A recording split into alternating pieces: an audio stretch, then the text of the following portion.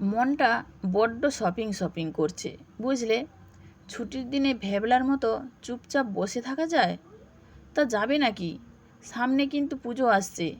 এই বেলা ভিড়ভাট্টা ছাড়া খানিক কেনাকাটা সেরে ফেলি চলো।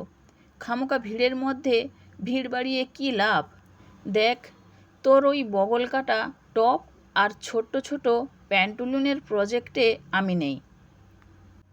অবশ্য পরলে তোকে বেশ ভালোই মানায়, কিন্তু আমার ওই ব্যাপারে আইডিয়া আর বেগুনের মাংসে গমন দুইই সমার্থক।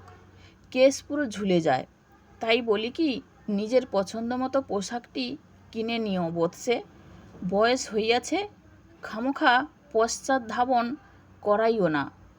উহ, কি বিটকেল শব্দচয়ন মায়েরি। লোকে নাকি আবার বলে বাংলা ভাষা সোজা। এই যদি সোজা হয় তাহলে মারাত্মক কয়কারে। চলো না ডার্লিং, একটু ঘুরে আসি। একা একা কি আর শপিং করে মজা হয়? চলো না আইসক্রিম খাওয়াবো। মাইরি বলছি, তোমার পছন্দের ফ্লেভার। আমাকে টানছিস কেন বল দেখি? যেতে হলে বন্ধু কাম বরটাকে বগলে বেঁধে নিয়ে জানা। দেবাদেবীতে খানিক ঘুরে ঘাড়ে আয়।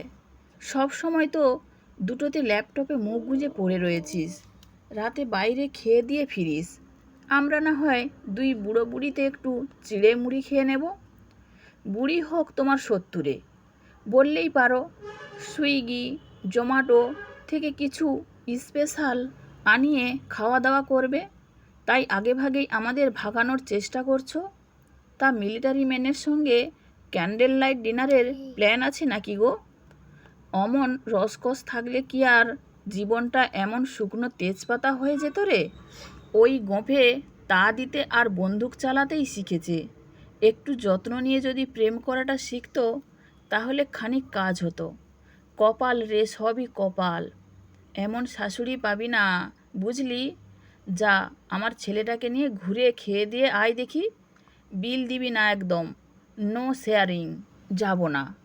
ফুড জয়েন্টগুলোতে এখন রাজ্যের ভিড়, শান্তিতে বসে খাওয়া যায় না। আর তোমার কুঁড়ে ছেলেকে উঠতে বলবে কে? দিব্যি নাক ডাকিয়ে ভাত ঘুম দিচ্ছে। উঠতে বললেই বলবে সারা সপ্তাহ খাটাখাটনি করি, ছুটির দিনেও একটু শান্তি পায় না মায়েরি। তোদের মতো কুঁড়ে কিন্তু আমরা ছিলাম না।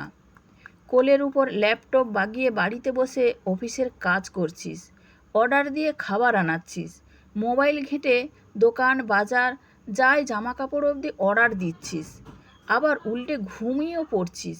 কি কুঁড়ে, কি কুঁড়ে, বাড়ি ছেড়ে বেরোতেই চাস না। জেলাসি হচ্ছে নাকি গো? নিজেদের বয়সে পায়ের উপর পা তুলে আরাম করতে পারোনি বলে? বাজে বকিস না, মার খাবি এবার। জেলাসি? কিসের জেলাসি? পারবি কখনো আমাদের মতো খাটতে? খাস তো পাখির আহার, যায় এত বড় বড় কথা। কুড়েমিকে বেশি প্রশ্রয় দিলে নিজেরাই পরে ভুগবি। আমার কি, আমি তো ততদিনে ড্যাংডেঙিয়ে। তা সাধের মোবাইলে কেনাকাটা না সেরে সশরীরে ভিড়ে গমন করছিস কেন বল দেখি? কেসটা ঠিক সহজ লাগছে না। চোখ সরু করে বৌমার দিকে তাকালেন মাতাস্ত্রী। গোয়েন্দাগিন্নি হলে না তোমায় জব্বর মানাতো। আহা, জেরার কি ক্ষমতা! সাধে কি আর যাচ্ছি? অঙ্গে জড়িয়ে না দেখে শাড়ি কেনা যায়?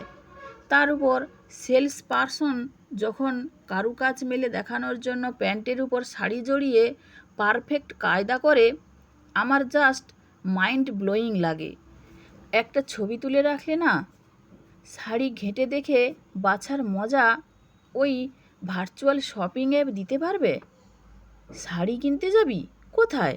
উত্তেজনায় শাশুড়িমা খানিক ঝুঁকে বসেন। কোথায় আবার? 5তলা শাড়ি মল থেকে একটু এগিয়ে একটা নতুন দোকান হয়েছে, অরিজিনাল বিষ্ণুপুরি সিল্ক। কাতান পাওয়া যায়। রমিতা গেছিল কয়েকদিন আগে, বলেছিল কালেকশান নাকি দারুণ। বিয়েতে বালুচরি পেয়েছি, ভাবছি একটা স্বর্ণচরি কিনব। এই রিমোটটা ধর, বেরোবার আগে খানিক টিভি দেখে নে তো বাপু। দূর, টিভি আমি কোনো কালে দেখি? বলছি দেরি হয়ে যাচ্ছে, আমি বেরুলাম, দরজাটা দিয়ে দাও। শাড়ি কিনতে আমায় না নিয়ে গেলে তোর খবর আছে কিন্তু। হতচ্ছাড়া মেয়ে, তখন থেকে উল্টোপাল্টা ভেজর ভেজর করছে। একবারও বলছে না শাড়ি কিনতে যাবে। যাই বাবা, তাড়াতাড়ি রেডি হয়ে নেই, শুভ কাজে দেরি করতে নেই। আমি তো জানি যতই মুখে না না করো, আমার সঙ্গে না গিয়ে তোমার গতি নেই। মুচকি হেসে বৌমা মোবাইলে মনোনিবেশ করে।